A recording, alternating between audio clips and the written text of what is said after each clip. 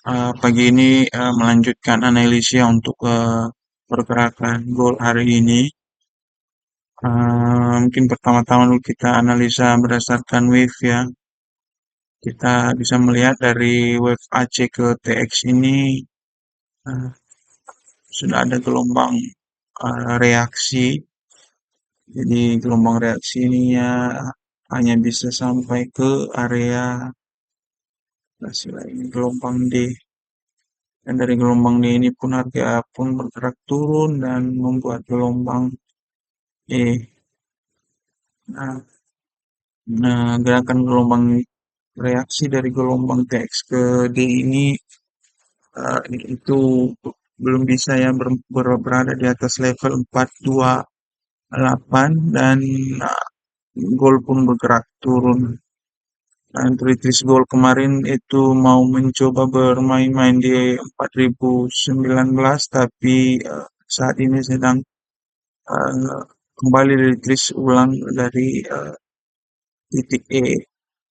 Nah, dari pergerakan gold ini kita bisa membuat satu lagi level kritis untuk pergerakannya hari ini. Artinya di mana batas-batas yang akan menjadi titik perhatian kita. Nah, dari sini kita bisa melihat bahwa 486 ini menjadi area yang menjadi level kritis pergerakan gold hari ini. Artinya ketika harga bisa berada di bawah ini, maka kecenderungan pergerakannya itu akan bergerak untuk mengetes peluangnya lagi. Nah, itu adalah beberapa level kritis yang kita dapat petakan dari gelombang DQE ini. Dan mari kita lihat pergerakannya, kecenderungan pergerakannya berdasarkan batas-batas dinamis yang kita miliki. Nah, kita bisa melihat di sini yang besarnya dulu ya. Artinya yang besarnya ini sedang berada dalam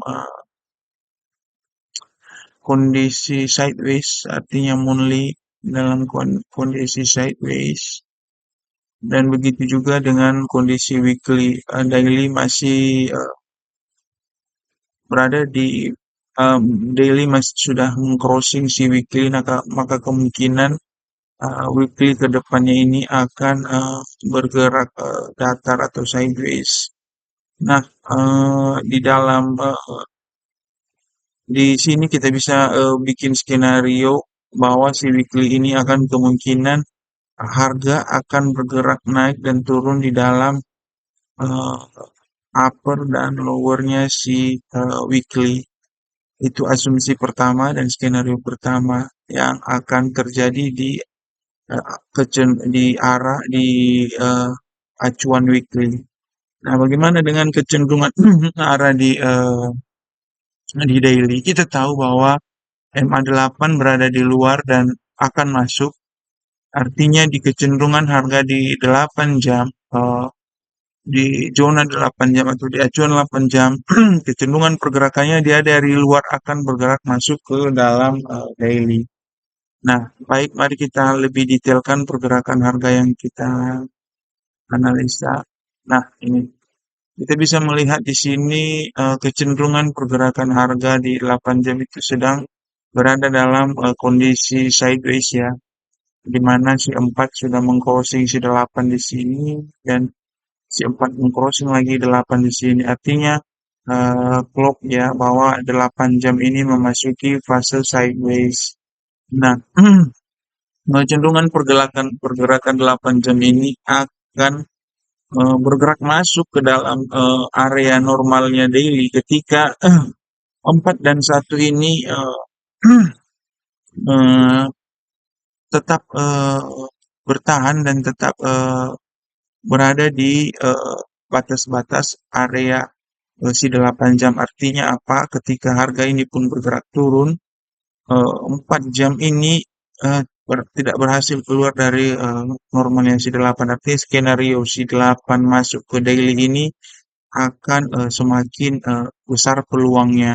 Nah, tapi ketika si 4 ini bergerak turun atau keluar atau trending kembali, maka kemungkinan pergerakan si 8 ini akan